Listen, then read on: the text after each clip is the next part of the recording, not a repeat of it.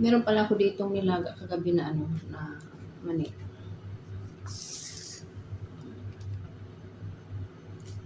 Iniwan nung kasama ko dito sa kwarto kasi umuwi siya sa Pinas.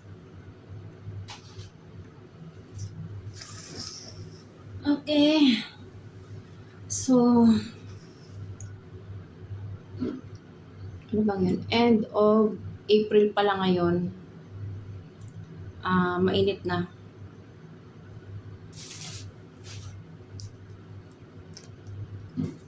So, paano pa nito kapag kalagitnaan talaga ng summer? Ganito yung itsura ko kasi kaka-out ko lang sa sa work. Hindi na muna ako nagbihis kasi mukha na naman akong chimay sa video ko kasi nakapang bahay.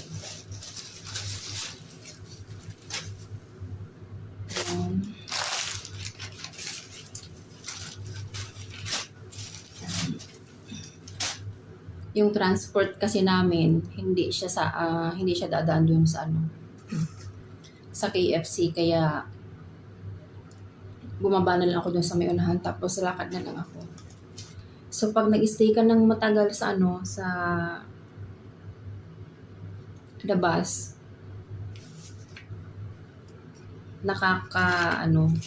yung pakiramdam mo, sobrang mainit na. Hindi naman sobra, mainit na siya. Yun ang ibig kong sabihin. Mainit na.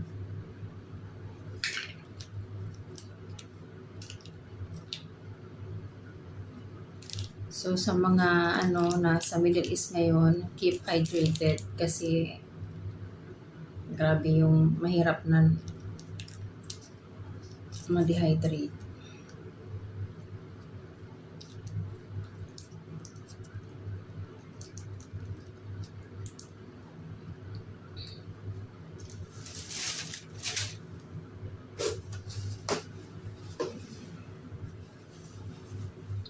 So, as usual, gutom na naman ako kasi lang kinain ko sa office. Tamang biscuit lang ako yung kinain ko.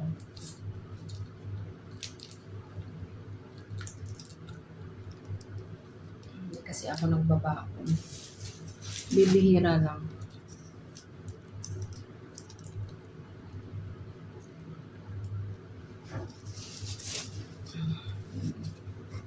Tikman natin tong coleslaw nila.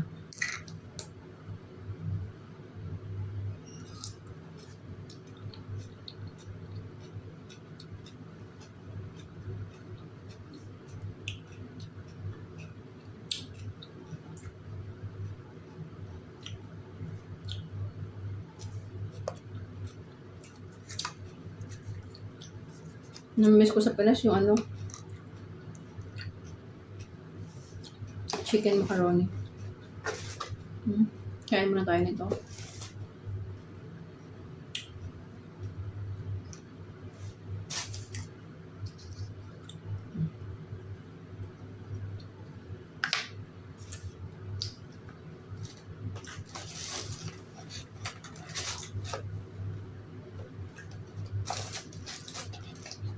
Spicy pala ito. Bakit ang liit niya?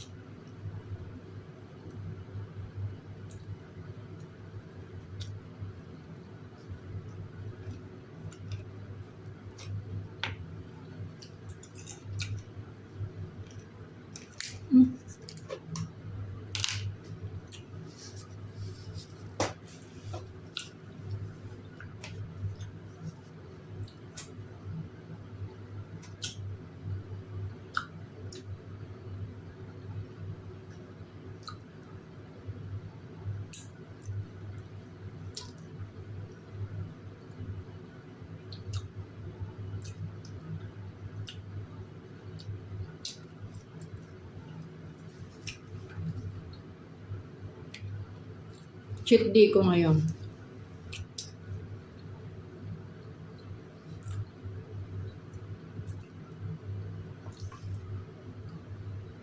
Siguro sa isang buwan, nakakaisa or dalawa lang akong kain sa fast food.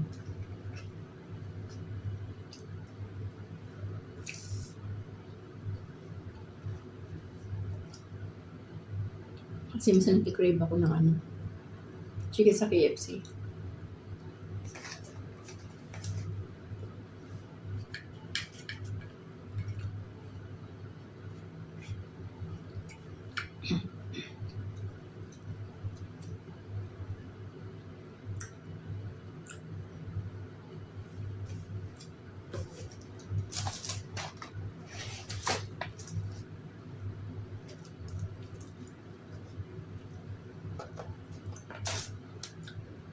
Ingat po kayo lagi, lalo na sa Pilipinas.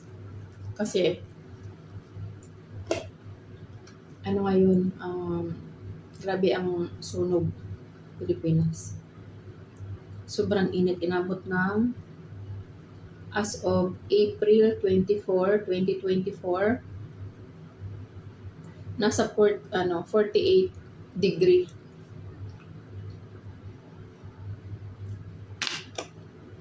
Yung init, ganon kainit doon. First time, parang simula nung parang first time ko ata na marinig na, first time ba na mangyari sa Pinas yung magkaroon ng grass fire? Hindi ko alam.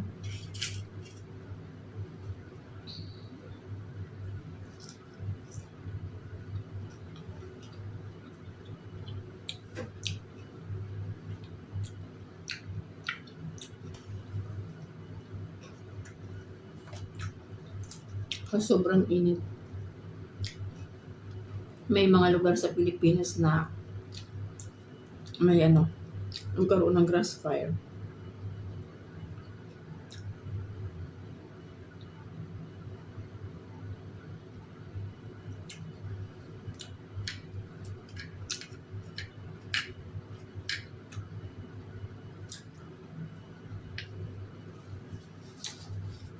Mag-iingat po kayo lagi. Huwag kayong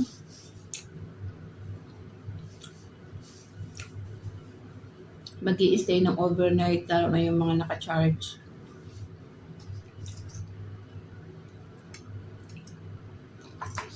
Kasi magkukos siya ng overheat.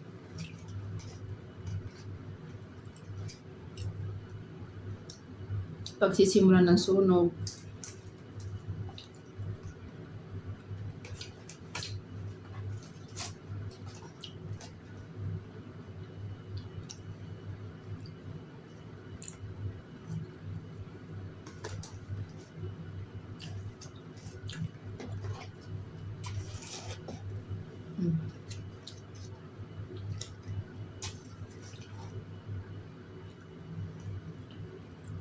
Meron ako napanood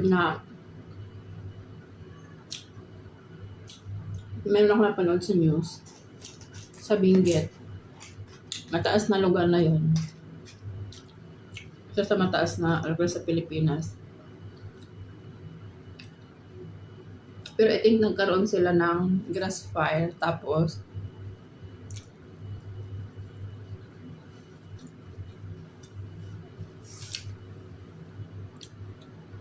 nagsagawa sila ng cloud seeding na tinatawag.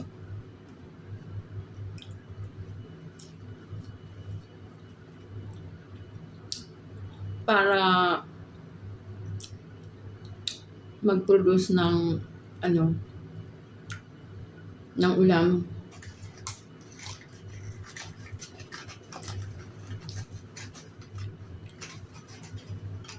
Nag-aano sila ng salt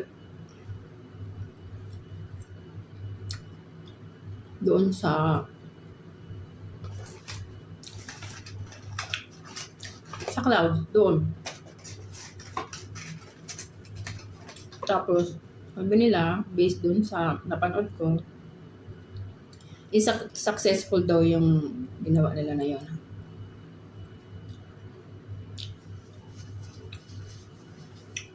Dapat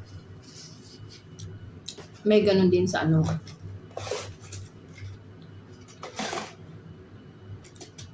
sa capital, sa mga city. Hindi ko alam kung pwede yun sa ano, sa mga city gumawa nun or sa ano lang.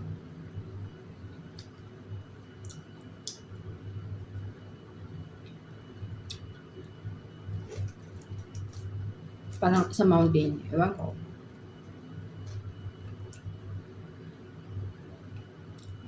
Pero, isa pala yun sa ano, isang way pala yun para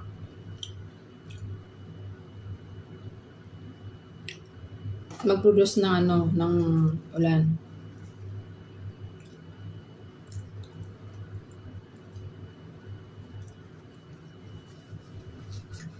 Ang sarap yung ano nila ano.